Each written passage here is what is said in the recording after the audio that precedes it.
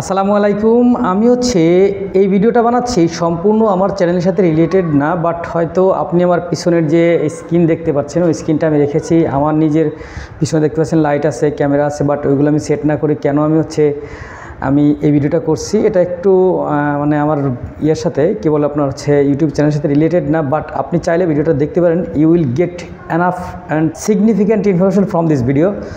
সম্প্রতি আমি একটা বই পড়তেছি, অলমোস্ট শেষের দিকে বইটি একটি ঘটনা বলি, সেটা বইটিতে সরাসরি পড়ে আমি আপনাদেরকে শোনাবো। 2009 সালে কলম্বিয়াতে ল্যাটিন আমেরিকার ক্ষুদ্রঋণ সম্মেলনে ওই দেশের এক গভর্নর এসে আমার সঙ্গে দেখা করার জন্য খুব তোড়জোড় শুরু করলেন।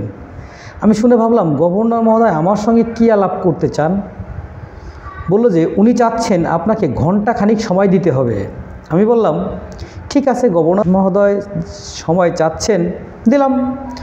গভর্নর সাহেব এলেন, সঙ্গে নিয়ে আসলেন 7 জন উচ্চপদস্থ কর্মকর্তা। উনি কাগজপত্র নিয়ে বসলেন। মুখ্য বিষয় হলো তার প্রদেশের অর্থনৈতিক সংকট। প্রদেশের নাম কালদাস।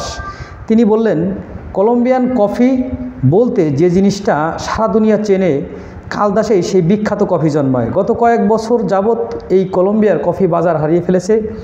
কার কাছে? ভিয়েতনামের কাছে। এশিয়ায় আরও কয়েকটা দেশ আছে, তাদের কাছে হেরে গেছে। বললেন, আমাদের আর কিছু করার নেই, কেউ আর কলম্বিয়ান কফি কেনে না। যেসব ইউরোপীয় বা উত্তর আমেরিকার দেশ কফির ক্ষেত্রে বিনিয়োগ করেছিলেন তারা সব গুটিয়ে চলে গেছে।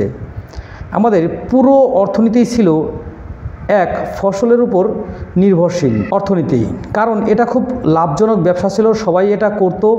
এই ব্যবসা বন্ধ হওয়ার সব বেকার হয়ে গেছে। আমাদের পার্শ্ববর্তী মোট 3টা প্রদেশের অবস্থা এখন খুব খারাপ।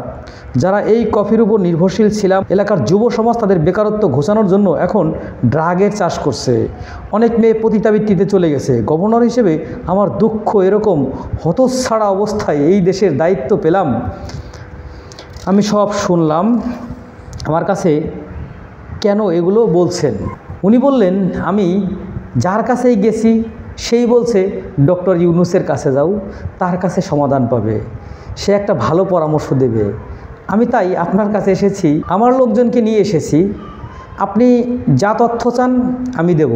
এখন একটা পরামর্শ দিবেন আমার কি করতে হবে। আমি বললাম, আমি এরকম চিন্তা করিনি কোনো দিন যে কোনো গভর্নরকে আমি পরামর্শ দেব, তবে আপনার কথা শুনতে শুনতে আমার মনে হলো আমি একটা কাজ আপনার সঙ্গে করতে পারি।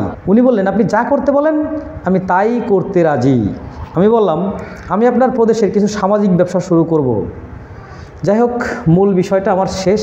আমি এখানে বোঝানোর চেষ্টা করেছি যে এই যে আমার সামনে বইটা আপনারা যদি একটু দেখতে পান, এখানে ডক্টর মোহাম্মদ ইউনূস সামাজিক ব্যবসা, বইটা আমি পড়ছি অলমোস্ট শেষের দিকে, এবং এই বইটা পাবলিশ হয়েছে 2014 সালে। যদি আমি একটু দেখি কত সালে প্রথম প্রকাশ হয়েছে, আমি একটু প্রকাশের সালটা দেখি।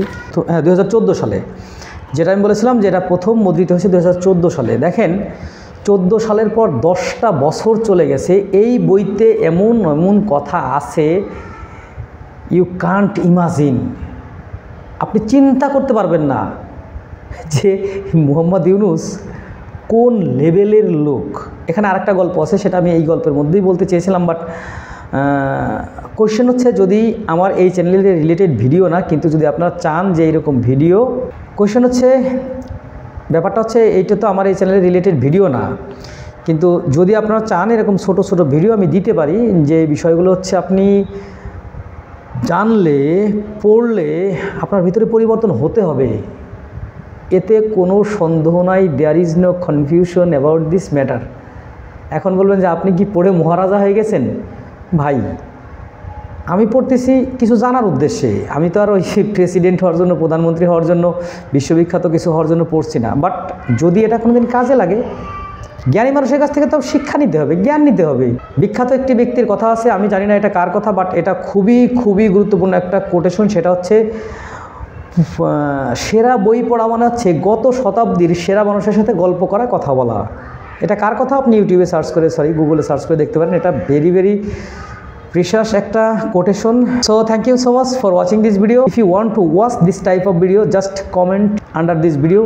I will try to upload this type of video. Thank you so much.